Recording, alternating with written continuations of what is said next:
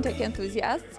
I'm Mirela Ciobanu, senior editor with The Papers, and today we are at the second day of Banking 4.0 event in Bucharest. And I'm here joined with Etienne Goosse from the European Payments Council. Hi, Etienne. Hello, nice to meet you again. Yeah, happy to be speaking with you. I'll jump into the first question. Could you please portray the payment landscape in Europe?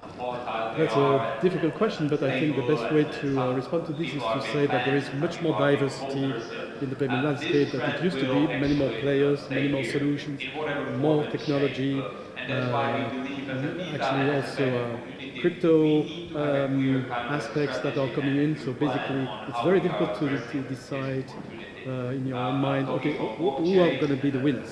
Because there is so much happening, so much variety in the marketplace. Not to speak, of course, about instant payments, which, as you know, are close to the heart of the EPC. Yeah, and now exactly, you mentioned the variety of payments, but now, yeah, we're narrowing down the topic. And yeah, during the event, you talked about the SEPA instant credit transfer. Yes. What are its key features?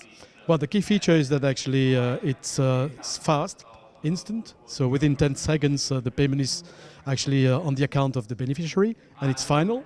The second thing is actually it's available all the time, so 24/7, 365. And for the time being, there is a limit. So it's up to €100,000.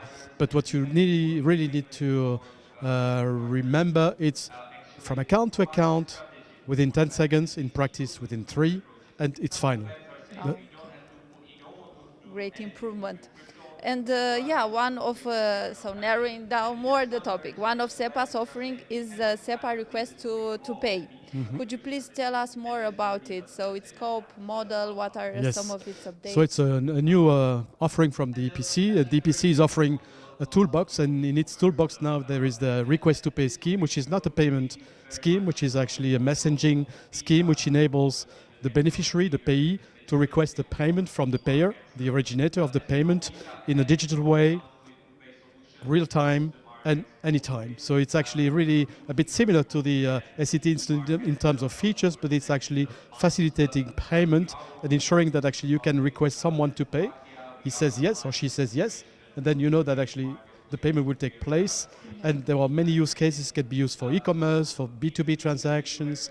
So it's a very versatile way to facilitate payment by offering a way to request the initiation of a payment. So it's complementary to payments and to SCT INS in particular. Okay, and you mentioned this fact that it can be applied broadly to many segments, and I think this ties into what are the plans for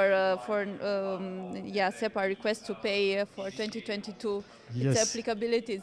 Yeah, so indeed we decided to develop this scheme in 3 steps because it has many potential functionalities and you cannot do them all in one. So we started by a first version last year with core functionalities. Now we're offering, and it will be published on the 30th of November, a second release with enhanced functionalities, and November 2022 we will complete that process by offering even more functionalities which we will really provide to service providers, something that enable them to offer the right products, the right services to their customers, to enable them to have a really smooth customer journey from a payments perspective. And so it will be a variety of additional functionalities that will make the scheme really attractive. Yeah, so you mentioned, I think, installment payments. Installment payments, among other things, recurring payments, yes, many multi-currency, many different aspects which will really provide a rich offering.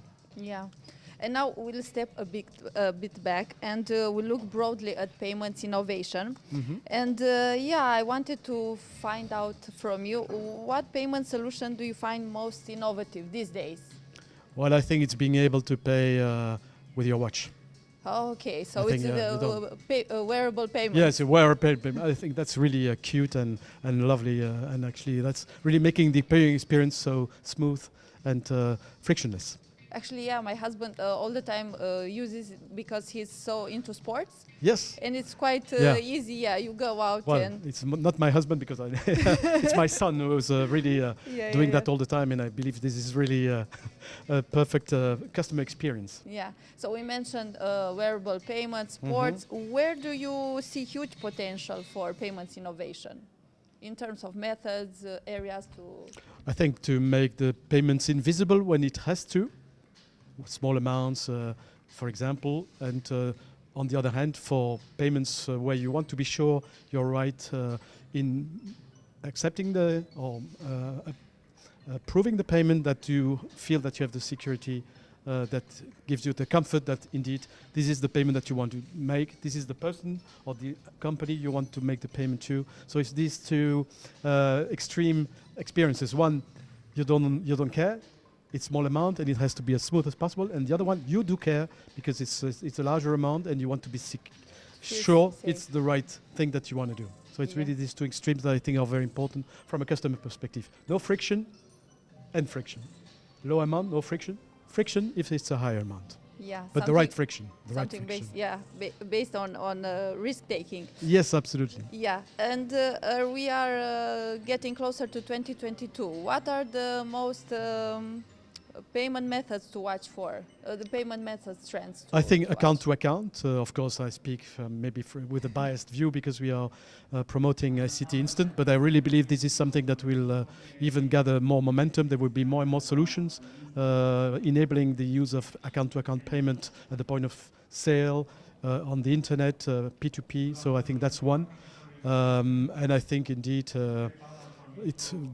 we will see how digital currencies will evolve, and that's the work done by central banks, because this could be a major change in the way the payment landscape looks like.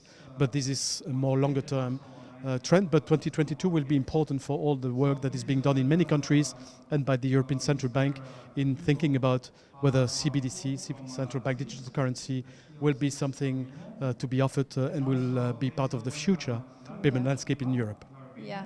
And what do you think? Are cards going to disappear? No, we are talking a lot about open banking I'm now. not young, so you know that when I was young, it was paperless, cashless. Well, this is a piece of paper, so we are not paperless yet. Cashless, I think we are getting closer, but I think it will take time for various reasons, because it depends on the countries, and I think Romania is certainly a case in point, but also... it started to of course, but also I think, unfortunately, this is the most inclusive means of payment. There are people for which there is no other choice, either because they are in the street, or because they don't trust digital means of payment or not used to use a smartphone, because a mobile phone is one thing, a smartphone is another one, and not everybody can afford a smartphone or is happy using a smartphone. So I think there will be, it's not a matter of no cash, it's going to be less cash, much less cash. And to be cheeky here, I think also that if you think about money laundering and all this illegal stuff, they are cash lovers.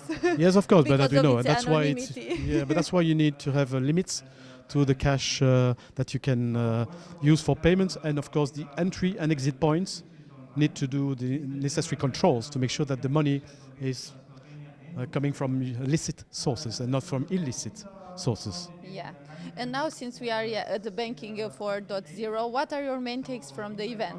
Well, my first regret is that actually I've only been able to attend this morning session, but I think it's a rich set of subjects, very good speakers, and so I think it's a wonderful event, and I only regret that there is no more physical, not many physical people present, because basically that's enriching really an event like this, so that you can talk to people during coffee breaks, before the meeting, after the meeting. But otherwise this seems to be a very successful and event with a lot of subjects that are really topical being tackled with excellent speakers.